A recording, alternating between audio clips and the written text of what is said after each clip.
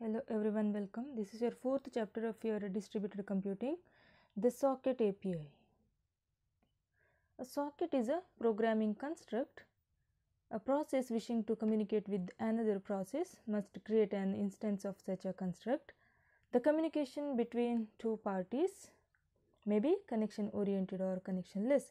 Socket is a programming construct, that means it is a logical construct. So, if a process wants to communicate with any other process, it must create an instance of such construct. That means it must create an instance of a socket. Okay. So, this socket may be connection oriented or connectionless.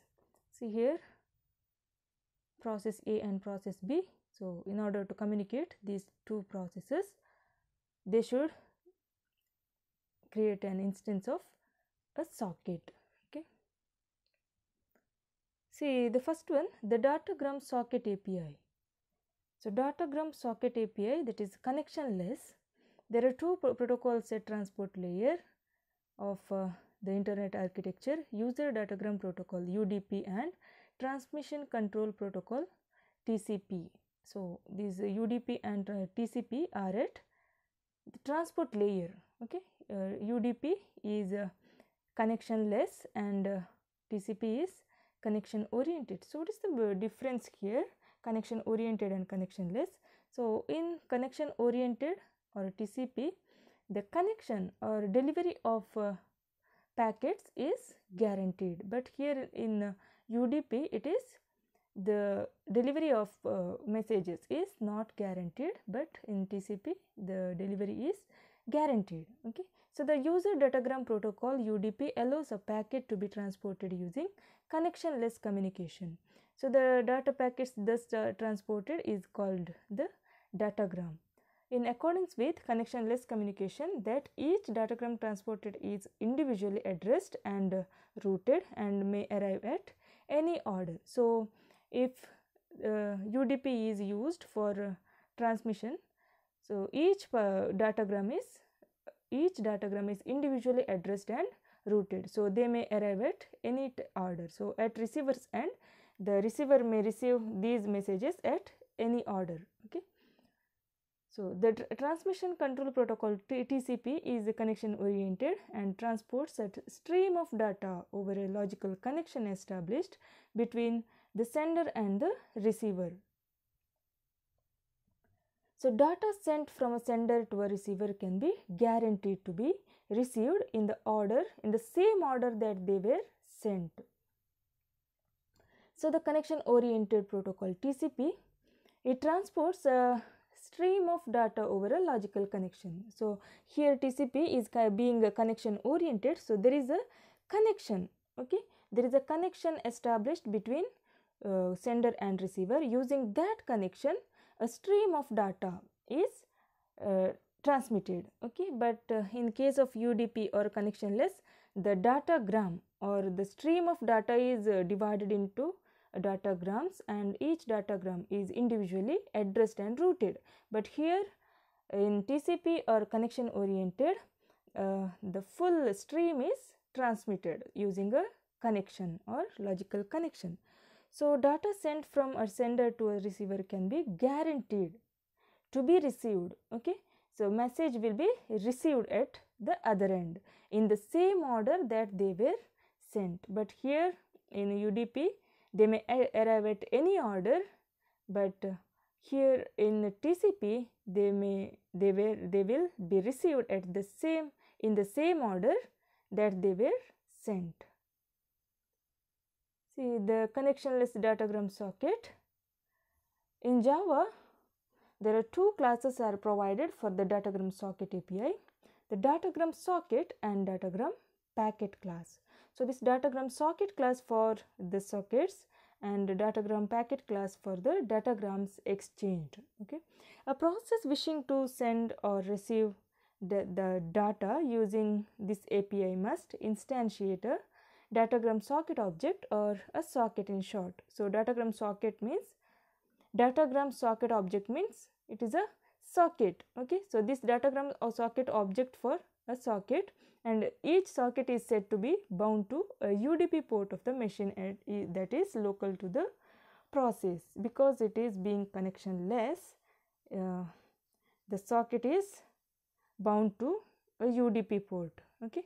To send a datagram to another process, each process must create an object that represents the datagram itself. So, to send a datagram, it should create an object representing a datagram.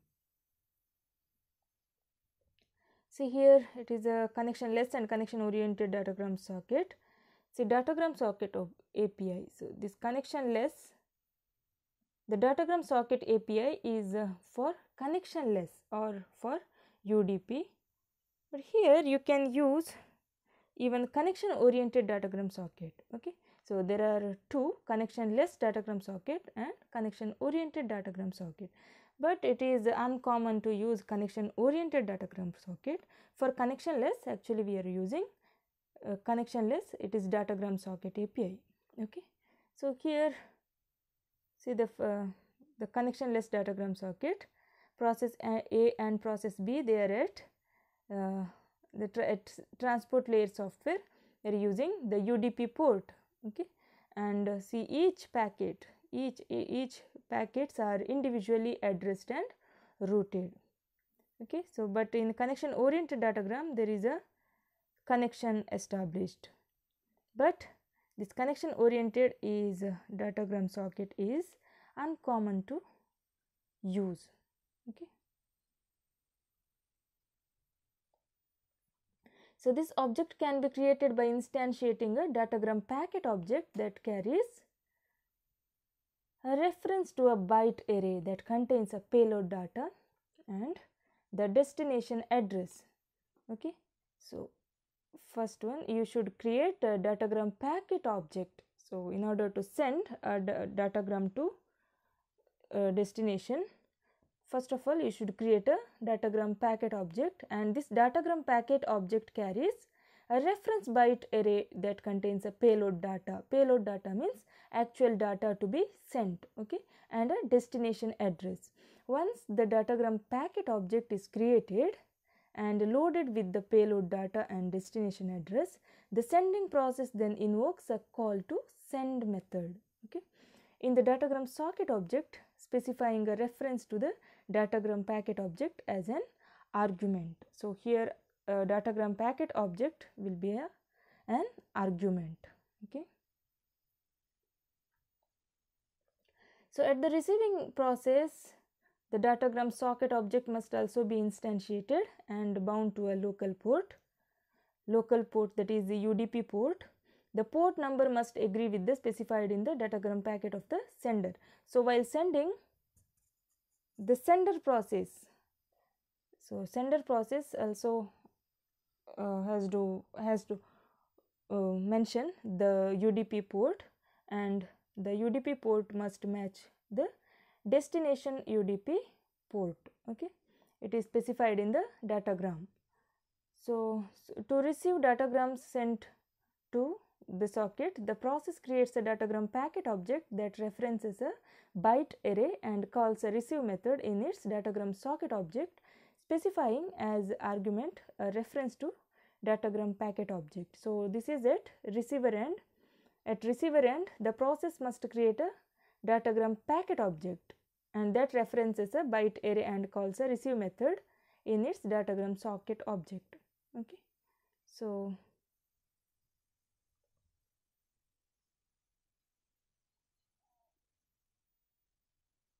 the object can be created by instantiating a datagram packet object.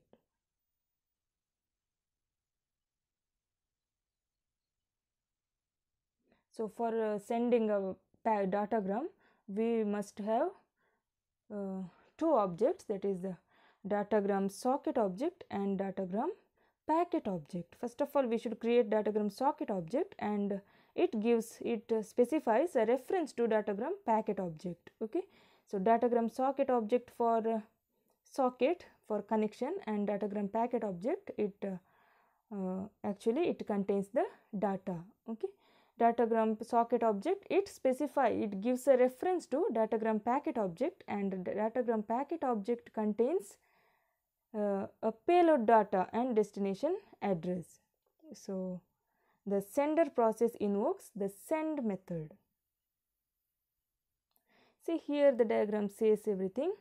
The sender program and receiver program. Sender program contains a byte array, receiver's address, datagram packet object and datagram socket object. See the sender process, first of all it should create the datagram socket object. Okay, the datagram socket object gives a reference to datagram packet object. Okay, so here reference is given to datagram packet object, and datagram packet object contains the receiver's address, that means this destination address, and a reference to a byte array. Byte array means the array contains the actual data.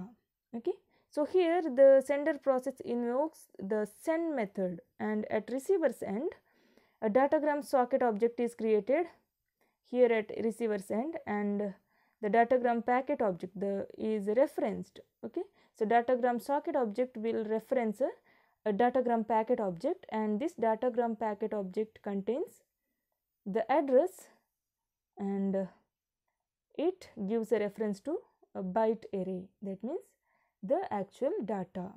Okay, see here the connectionless datagram sockets.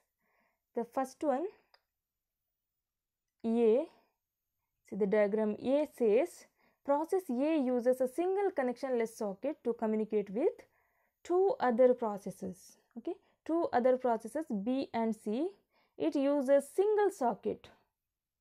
Process A uses single connectionless socket to communicate with two other processes, and the B, diagram B says the process A opens separate socket for each of process B and C. Datagrams addressed and received via two separate sockets. Okay, so process A has opened two sockets for each process. Okay, process B and process C. So here datagrams addressed and received via two separate sockets.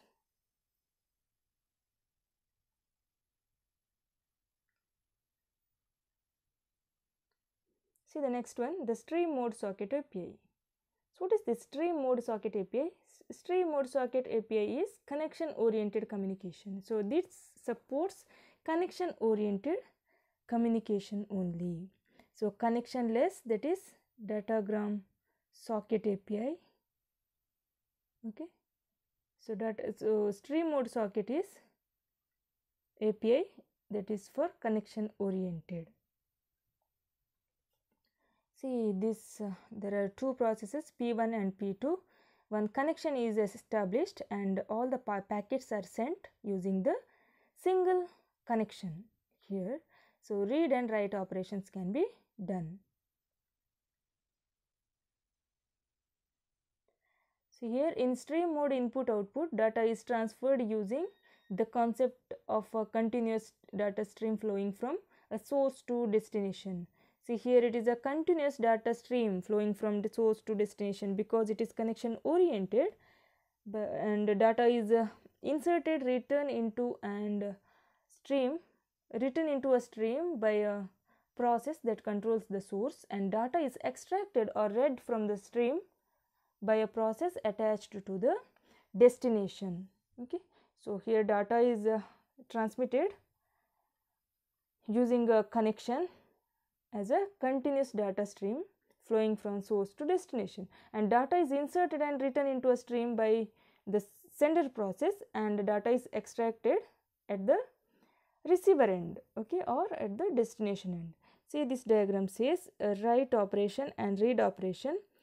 Write operation at this sender's side, and at receiver end the read operation. So here the units of data written and read need not match. That means, for example, 100 bytes of data written using one write operation, and it can be read using an operation reading 20 bytes followed by another read operation using 80 bytes. Okay, see, the 100 bytes are written using one write operation, and at the receiver end this is extracted or read using two read operations. The first one reading 20 bytes, and another is read operation using 80 bytes. Okay, that means the data written and read need not match in stream mode input output. See, here in this diagram, the server uses two sockets. Stream mode socket API uses two sockets, one for accepting connections and another for send and receive. But in connectionless, it uses only one socket for both connection and send receive. Okay, but here in the stream mode socket API, it uses two sockets, for one for connection, other for data.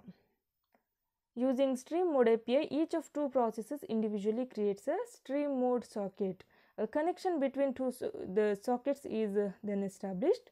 Data as a stream of characters are written into the sender socket, which then can be read by the receiver via its socket. So in Java, the stream mode socket API is provided with the two classes, server socket and socket. Two classes, server socket and socket. There are two types of sockets with the stream mode socket API. The first type of sockets provided via the server socket class is for accepting connections, that is connection sockets. The other type of sockets provided via socket class is for data exchange, that is data socket. So in stream mode socket API, in stream mode socket API we have two sockets. First one is connection sockets and second one is data sockets. So connection socket for establishing connections, data sockets for sending and receiving data. The next concept is a secure socket API. Okay, so what is this secure socket API? Using conventional socket APIs, data is transmitted as bit streams over network links. The bit streams intercepted or decoded by someone. Hence, it is risky to use sockets to transmit sensitive data such as credit information or authentication data. Okay. To address this problem, protocols have been introduced to secure the data transmitted using socket APIs. Okay. So socket APIs are used to send and receive data, and these data can be decoded or by someone, or it will be exposed to some unauthorized access. So to avoid this, to address this problem, so some two protocols have been introduced in sockets. The first one is the secure socket layer or SSL, and second one is Java Secure Socket Extension or JSSE. Okay, these two protocols are introduced to secure data over a socket.